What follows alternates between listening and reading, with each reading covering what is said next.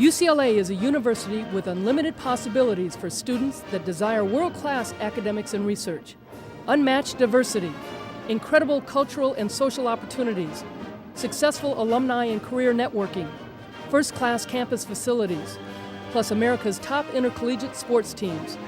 Located in Westwood, just a few miles from the Pacific Ocean, UCLA's 1 square mile campus is surrounded by famous cities such as Bel Air, Beverly Hills, Brentwood, and Santa Monica. Hi everybody, and welcome to Westwood for another edition of UCLA Bruin Talk. I'm Dave Marcus, pleased to be joined by Allison Taylor. One of the great things about UCLA's fabulous success in the spring sports this year, it makes that summer off season that much shorter. It's almost time to get back to it, and we're going to look ahead as we turn our attention to 2013 to 2014. Before we meet our first guest, let's take a look at the upcoming events.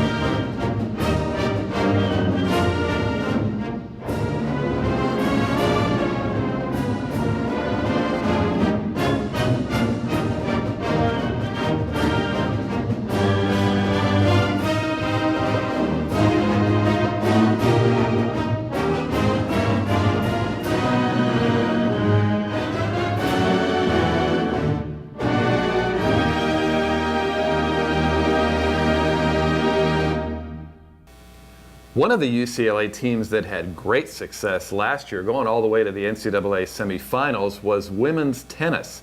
They played them at Urbana, Illinois, and Courtney Dolehide's from Illinois. Courtney, that had to be really fun going back home to play in the tournament. It was great. I mean, NCAA's is always really fun, regardless of where it is, but the fact that, we were back in Chicago and back near where I'm from, and it had been so long since I was, back there, it just made it all the better. I got to see my family and friends, which was great. So. Now you're from Hinsdale. Urbana is out in the middle of the cornfield somewhere, but they all made the trip down? Yeah, my grandparents, my close friends, my coach, and he's been my coach since I was 10 years old, so that was great. He used to, come to every single match that I had, and was there every single practice, and hadn't seen me play for a full year, so it was really awesome having him there. And my grandparents, it was great, and my brother brought one of his friends, which was awesome. It was just great having so much support. I think that that's critical at the NCAA's. I know you and your partner Pamela Montez had incredible success in the doubles this past season. How important is chemistry to a doubles match? It has to be, you have to know what each other's thinking at all times. Yeah, I think it's critical. I mean, obviously I've played with so many people throughout my career, and I've always had the most success with people that I'm friends with, or people that you don't even necessarily. Pamela and I happen to be really good friends, which makes things really easy, but you just have to understand how somebody moves on the court, and you have to be able to trust them, and that's pretty rare, I would say. So I think that we were really lucky that, out of the 8 girls on the team, we really clicked. And I think that despite maybe early losses in the season, this season and last season when we played together, I think that when it came down to NCAA's, we really had each other's back on the court, and I think that we really kind of pulled through. Does doubles get short shrift? You never see it on TV, although the Bryan brothers winning Wimbledon, they got on a lot. But a lot of people play doubles. It's really fun to play, but a lot of the focus is on singles. How come you think doubles gets overlooked? I've thought a lot about this, and the NCAA is having a lot of discussion about different rule changes, and so conversations about doubles and how much time should be dedicated to it has come up. And I think, first of all, the Bryan brothers' success has really helped doubles. I think before them, it was even less popular than it is now. But you're right in the fact that like most women that play tennis or most like ladies groups or even young kids, they like start out playing doubles and all of that, but I mean, I think when you're there in person, people really do enjoy watching it. But then when you think of tennis as a sport, you just automatically think of singles. I think a lot of that might have to do, with our role models in the past, just like Andre Agassi and Pete Sampras, our coaches, Stella Sampras, her brother. They've all been amazing singles players. And so when you think of tennis, that's what you think of. But we're lucky to now have the Bruins brothers who just dominated Wimbledon and are dominating the pro circuit. So that's, I think, great. And Venus and Serena, pretty good doubles team too. Yeah, they are. Well, next year, there are going to be a ton of key players returning to this team, including yourself, Robin Anderson, Kyle McPhillips. You've got to be looking forward to being in that senior leadership role and leading this team, hopefully, towards a national championship. Yeah, I mean, I think I'm so confident with the group of girls that we have on the team next year. And I think that we're just a really close team.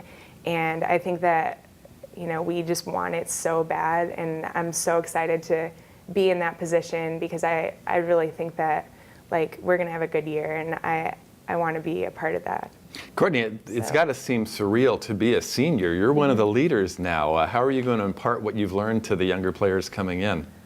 I mean, I think I'm going to try to lead by example. I learned a lot about different types of ways to lead people and different types of ways to talk to different players. And I think that this past year, I was one of the oldest ones. It was Pam and I. So I feel like I got some experience this past year working on my leadership. And I think that for me, just, focusing on leading by example is important. And I think the girls on the team are just really hard workers and really have passion for the game. So it's not a tough task. Tennis is an interesting sport in that you play a lot of tournaments before you get to college. You were on some of the pro circuit tournaments when you were, 15 years old? What was that experience like?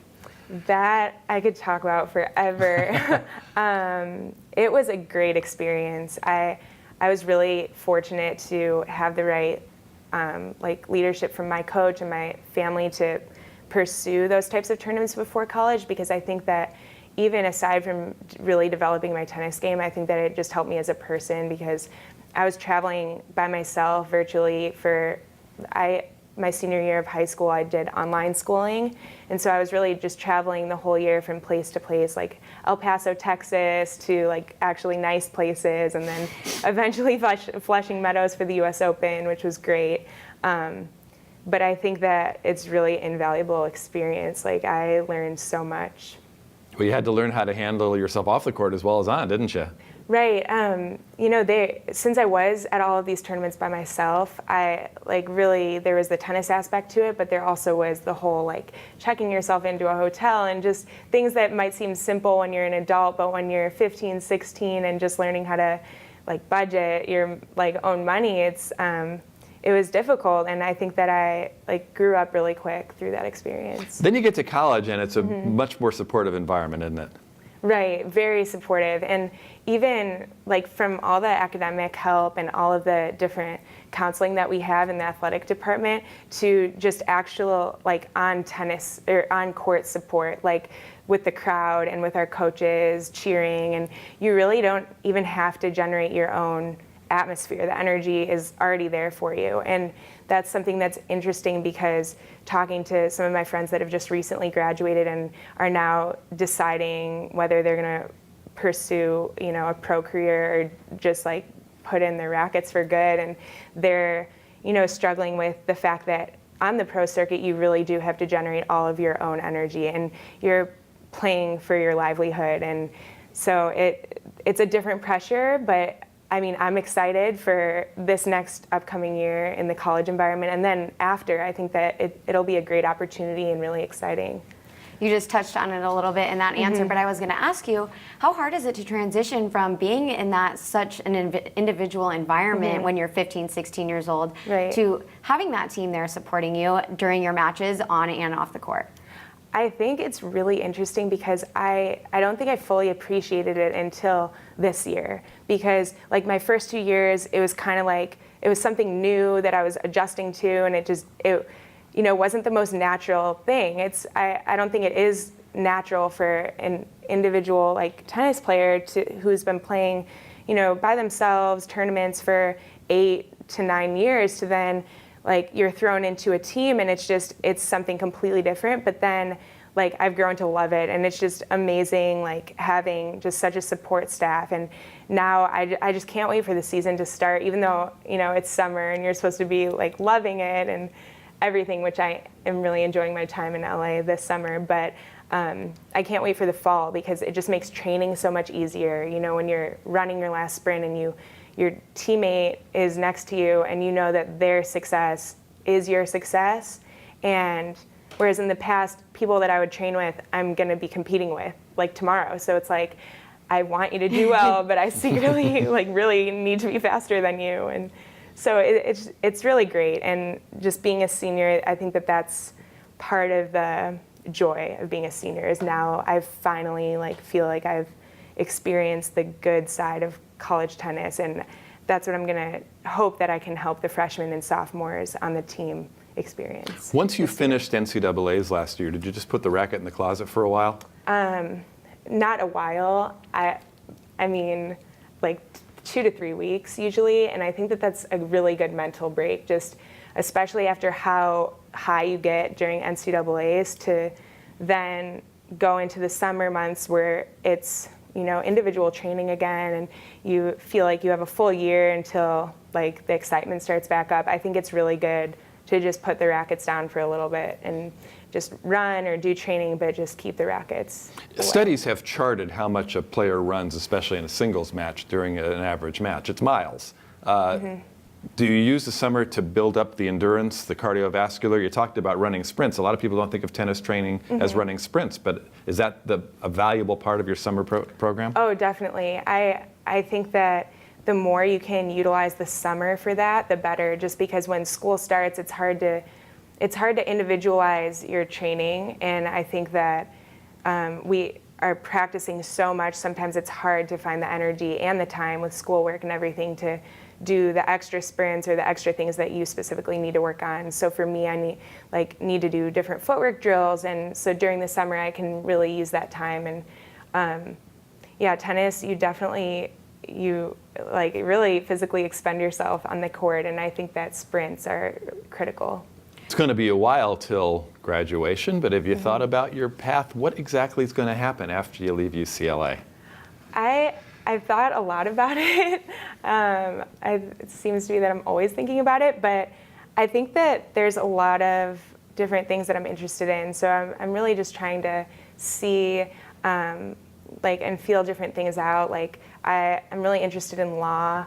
I love talking, on camera. So media things I'm also interested in. So we'll see how this year goes and where it takes me. You have worked with Stella Sampras Webster for a couple of years. Any thoughts of going into coaching sometime? Yeah, I mean, that would also be fun. I have 2 younger sisters that play tennis, and so last summer when I was home in Chicago, I actually went to all of their tournaments with them and got to really coach them through it. And I think it's really fun to be able to share the experiences that I've had and help other young players through it.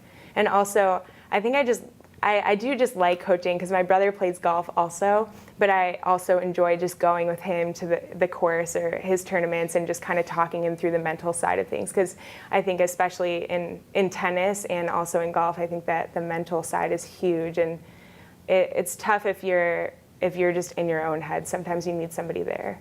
Well, does he appreciate it? Golfers are strange when they get on the course. He definitely has his own routines, but he definitely does appreciate and respect the experience that I have. And I think sometimes he will not directly ask for advice, but he is kind of looking for me to help him out and say some things. And he actually was in a tournament yesterday, and I was texting him throughout it, and he got second place, which is great. So Congratulations, Coach. Well, Courtney, thanks for coming in and talking with us. LA's glad to have you this summer, and we look forward to a great year for you as the next tennis season gets underway. Thanks. And we're going to come right back with more UCLA Bruin Talk after this brief public service announcement.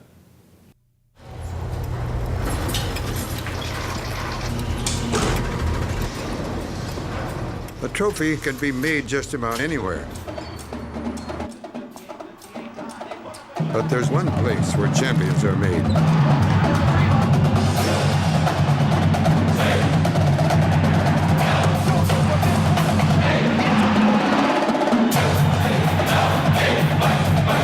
UCLA, champions meet here. Hi, everybody, and welcome back to Bruin Talk. It is now time to honor our Athlete of the Week. This week, we honor the UCLA Baseball Team as our Athletes of the Week. The UCLA Bruins won the 2013 College World Series and brought home UCLA's first ever baseball national title. UCLA defeated Mississippi State 8-0 in the second game of the College World Series. Baseball's postseason win streak included 10 straight wins in the postseason. The Bruins ended the season with a record of 49-17. This win earns UCLA a total of 109 national titles. Congratulations to the UCLA baseball team. We wish you luck in the seasons to come. If you would like additional information about UCLA athletics, please visit our website at uclabruins.com. And great congratulations also to Adam Plutko, most valuable player of the tournament, and head coach John Savage, named National College Baseball Coach of the Year. And by the way, if you go to uclabruins.com, you'll notice the relaunch of the website. It's much more user-friendly, especially if you're on a mobile device. If you're doing something you're not supposed to be doing, I'm always on my mobile device checking it out, and it's very good. Well, you talk about great programs at UCLA, soccer is right up there at the top of the list. Starting his 10th year as coach of the Bruins is Jorge Salcedo. The Bruins have won the Pac-12 championship 4 of the last 5 years, including last year, and they are looking to a great 2013-2014. And Coach, you don't have a lot of time to wait. You're one of the first teams to get going again. You're playing next month. Yeah, and we can't wait. You know, we can't wait for August the 13th to arrive and to be here and to get started. You're going on the road a couple of weeks later, playing Notre Dame in Bloomington, Indiana, and then playing Indiana. Right. You're not starting out easy. Yeah, Notre Dame last year, they were one of the top teams in the country the entire season. They had one of the top 4 seeds in last year's tournament. Indiana, obviously, the national champions from the 2012 season. So we're starting out pretty strong. Well, let's talk about playing a tough out-of-conference schedule. What benefit does that get you down the road? Yeah, it's been my philosophy really ever since I've been here at UCLA. I really believe that our guys want to compete against the best. I want to see how we stack up against the best teams in the country. We don't shy away from any opponent. You know, last year we started here at home against New Mexico, then went on the road to Maryland and Virginia. And we won one of those games on the road, and it really, I thought, set our season off in the right direction. And so it gives us a lot of confidence to go out and get to the right result. It gives us a good measuring stick as to where we're at the beginning, early on in the season, getting ready to head into our conference season.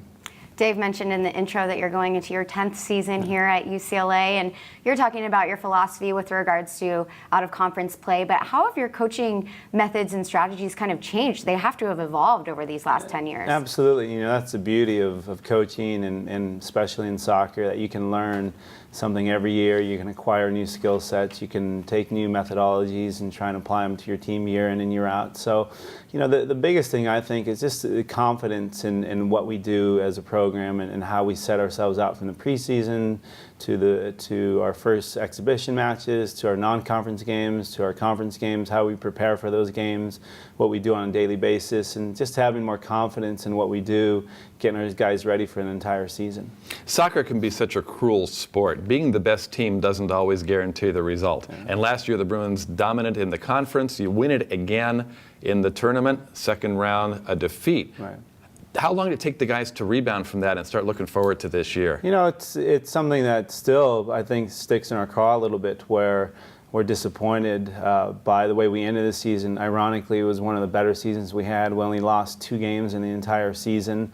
Had, I think, one of the toughest schedules we've had in the past 5 years. But unfortunately, you need a little bit of luck in the tournament. And I think 2 of our top players in the 2012 season, unfortunately, were injured. Matt White couldn't play on the night. We had to pull him and scratch him at the last minute.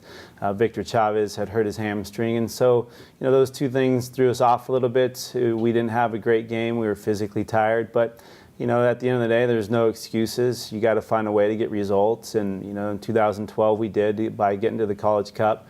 And we have a team that's really motivated. I think a team that is going to play with a little chip on the shoulder because we were really disappointed and somewhat embarrassed by the way the season ended. So the guys have worked extremely hard in the off season. The guys have dedicated themselves throughout the spring season, and definitely now in the summer, guys are getting after it to get themselves ready. During the summer, of course, your players are scattered all over the country, and as you mentioned, you're getting back together in mid-August and you start playing matches in late August. Right. How do you kind of keep tabs on the guys and how their workouts are going, and how do they work out when they're not together with their teammates? We give them, one of my assistant coaches, Nick Carlin-Voigt, he does a really good job of preparing a plan and a calendar for them for the entire 8 weeks that they're away from us. We physically can't do anything with them. We can't see them. We can't really keep tabs on them besides holding them accountable through just emails and texts, making sure that they're doing what they need to do. They need to check in with us every week and tell us their times and things like that. And so it's a neat way for us to interact with them and for them to know that we care about what they're doing on a daily basis, because soccer, there's so much physical activity involved in a game where an average soccer player runs anywhere between 4 to 6 miles a game, and so our guys have to be prepared for that physically. You've now been a part of 2 of UCLA's national championships, one as an assistant coach and one also as a player. And what's the experience like to be a part of both of those? It's got to be a different sense of rewarding. Absolutely. It's exciting when you win a national championship, exciting when you win a Pac-12 championship. We've won 4 of the last 5 years. Since I've been here in the past 10 years, we've won 7 in 10 years, and those are exciting moments to win those titles. But the ultimate prize is to win a national championship, and as a player in 1990, it was an incredible feeling because you put your heart, mind, and soul into winning games and winning a national championship, and so that was a great feeling.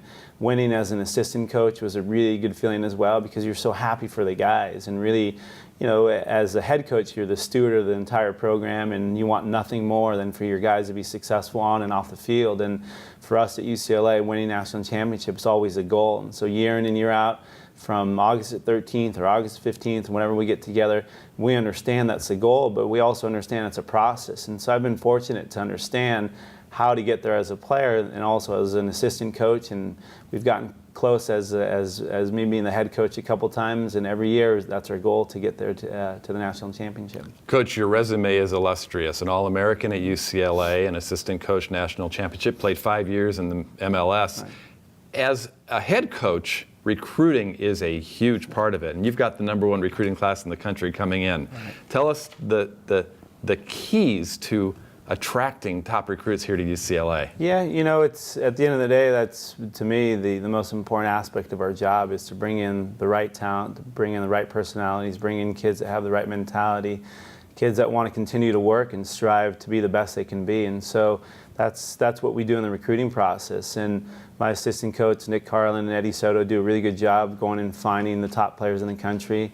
And then we'll vet them out and figure out which ones will fit in our system, fit in our program, have the qualities that we need. We like players that have really high technical ability, guys that can pass the ball and move with the ball and things like that. And so, our ability to bring those players in is extremely important. And so we've been very fortunate in my tenure here to have some of the top recruiting class in the country. But it's also a catch-22 as well, that we bring in such good players that they also leave fairly early. Over the past couple of years, we've lost our most dynamic attacking players to the MLS, and so sometimes we'll have them for a year, sometimes we'll have them 2 years, and unfortunately, more times than not, we don't have them for 4 years. And so we have to continue to recruit. Sometimes we over-recruit just because we need to get the top players. And to answer your question, at the end of the day, it's those families trusting our coaching staff that we're going to take care of their young boys, that we're going to take care of them while they're here at UCLA, that they can entrust us, that we're going to care for them the right way. Eddie Soto spent the summer coaching beach soccer. You ever play any beach soccer? No, beach soccer is too taxing for me. It's a really challenging sport. Yeah.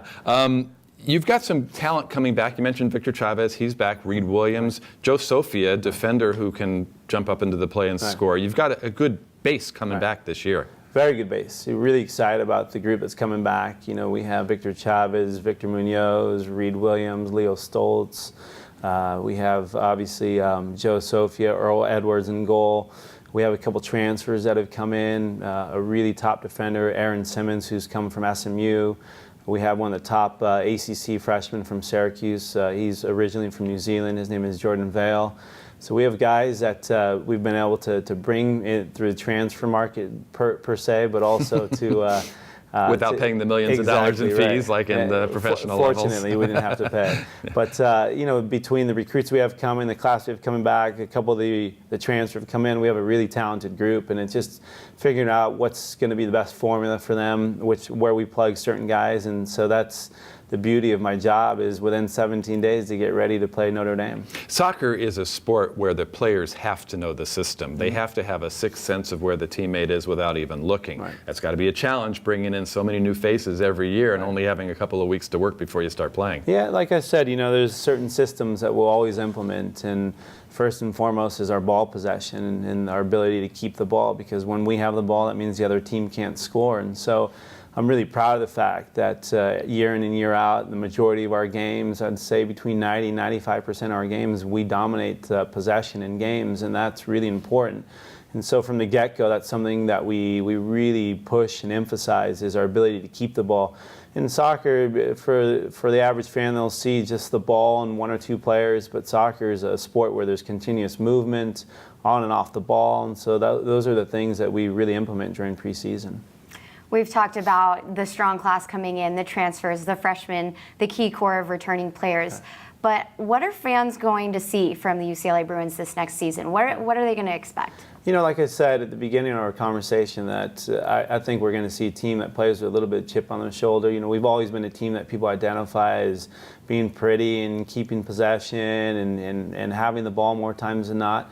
But I think you'll see a team that has a little bit of an edge as well, and that's what we've talked about throughout the spring, and that's what the work we've done is to give us a bit more of a tougher, stronger mentality, because I thought at the end of the year last year, physically wilted a little bit. We had to play 4 games in basically 12 days because of the Pac-12 television schedule, and that made us limp into the playoffs. And so we've tried to remedy that, where that doesn't become an issue this next season.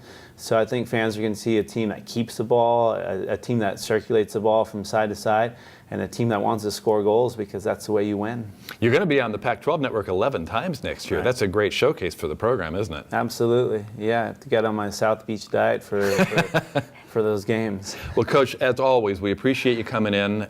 Wish you the best of luck this year. Continued success for the Bruins and for you, and hope you have a great season. Thank you very much. Thank you. And we hope you have a great season, too. It'll start pretty soon. That's going to do it for this edition of UCLA Bruin Talk. Alongside Allison Taylor, I'm Dave Marcus, thanking you for joining us. We'll see you next week. Until then, so long from Westwood.